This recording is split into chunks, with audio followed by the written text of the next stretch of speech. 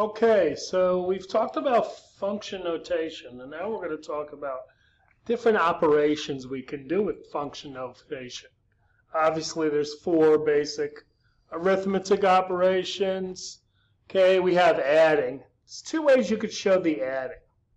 F plus G of X, or it's kind of like you're distributing. Okay. Or subtracting would be the same way. You could write it this way, or you could distribute it. Okay, so let's take a look. We're going to do a couple of different operations with this. Let's take a look at the first one. So we're going to take f of x, which is 3x minus 5,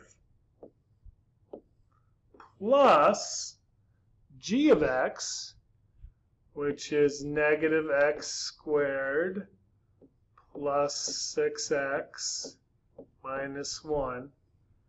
And basically what we're doing is we're combining like terms. So we've done this before. Obviously we're going to start with the large exponent first. Okay. And then we're going to do positive 6x and 3x would be 9x. And then you got a negative 5 plus a negative 1 would be a negative 6. Okay, so again, all function operation is using function notation differently. So let's go ahead. Now we're going to subtract. And you'll notice how it's written. Actually, I like to write it like this. So f of x minus g of x. Again, it means the same thing. It makes more sense to myself when I see it like this, okay? So I'm going to take 3x minus 5, and I'm going to subtract it by negative x squared plus 6x minus 1. Now again with subtraction you got to remember to distribute your negative sign, okay? So that's going to be negative and negative would be positive x squared. Negative positive would be negative 6x. Negative negative 1 would be positive 1. And then we're going to group like terms. So we've got x squared, right? We got 3x minus 6x, which would be negative 3x. Then we got negative 5 plus 1 would be negative 4. Okay? All right.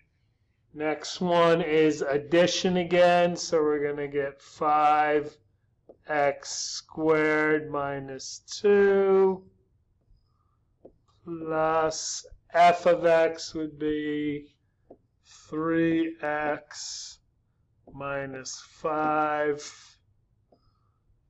Combine like terms. Well, there's really nothing to combine, so with the 5x squared, just going to put it in standard form. 3x, and then negative 2, negative 5 is negative 7, right? Okay, now let's look at the next one. So you're going to get, see that 2 out there? That means you're going to multiply, and I'm going to write this as 2 f of x plus 3 h of x. Now this is a little different. So you'll notice you're going to take the 2, you're going to distribute it to the 3x minus 5 plus the 3, and you're going to distribute that to the 5x squared minus 2 And now you're just going to work out that problem as you see it. So 2 times 3 would be 6x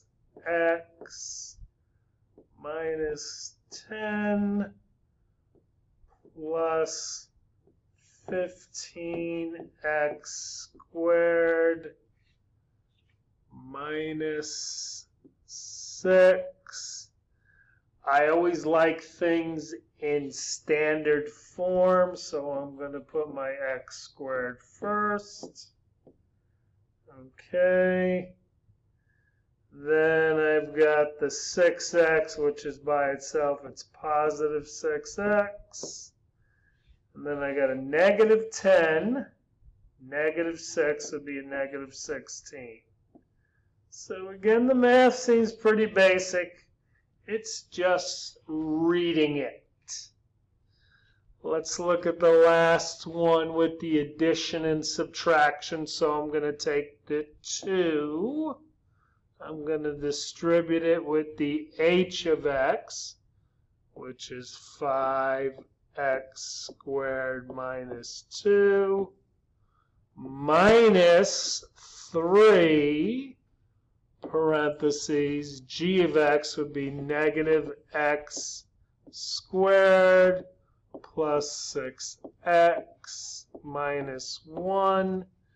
And we're just going to work out that problem. Distribute the 2 would be 10x squared minus 4. I'm distributing a negative 3. So negative 3, negative x would be a positive 3x squared. Negative 3, positive 6 would be a negative 18x. Negative 3, negative 1 would be a positive 3. Now let's go ahead and combine like terms. So I have a 10 and 3 would be a 13x squared. And then I've got my negative 18x, which is all alone. So we'll put them with the party here. Then I got a negative 4, positive 3 would give me a negative 1. Okay? So now that is part of function operation with addition. Now we're going to look at multiplication. All right, so a couple of different ways to do multiplication you'll notice is you have it written like this, or distributing is what I call this part here. Okay, so let's look at A. So for A, we are going to take A of x, which is x plus 3, times B of x. So we're going back to foiling. Remember that good old foiling? So x times 2x would be 2x squared.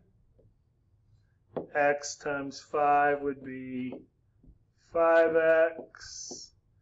And we're going to distribute the 3. 3 times 2 would be 6x. 3 times 5 would be 15.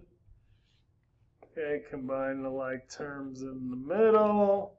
So 5 and 6 would be 11x positive plus 15. We're done. All right. And then you'll see the other way of writing it. Again, I like it like this. A of x times c of x. Okay. So that means I'm just going to take x plus 3 times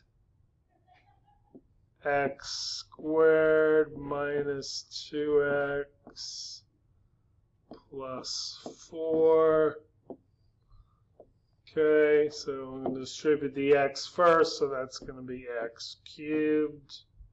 X times negative 2x would be negative 2 x squared.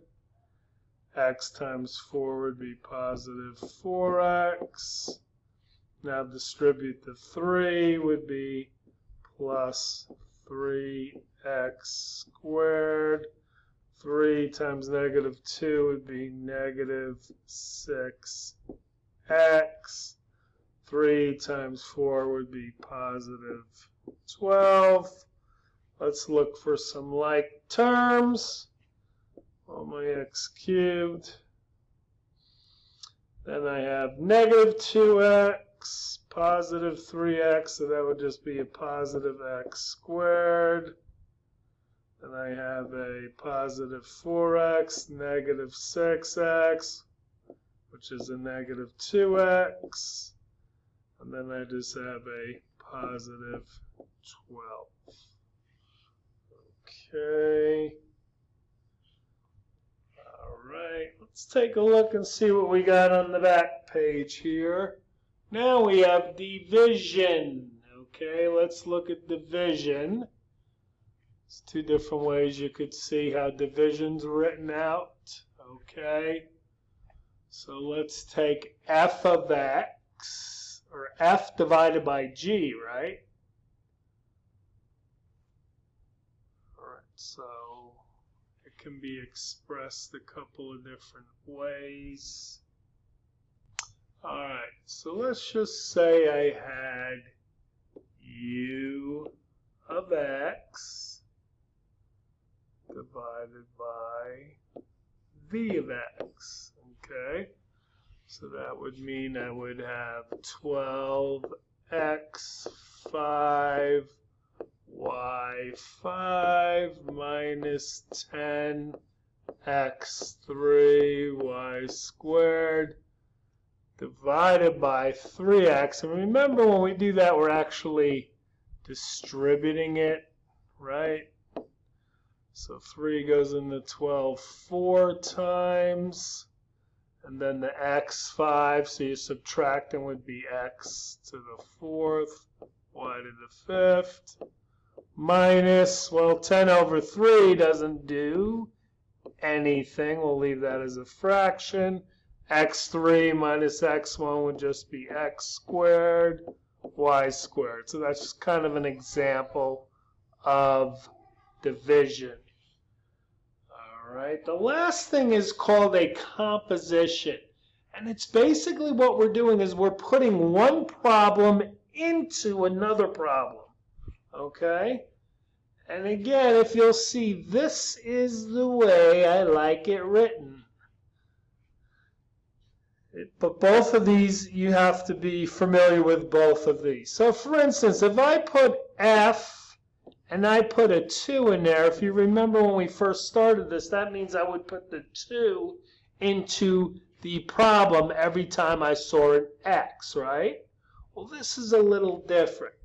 So let's look at A. And again, I'm going to write it like this. F g of x, okay?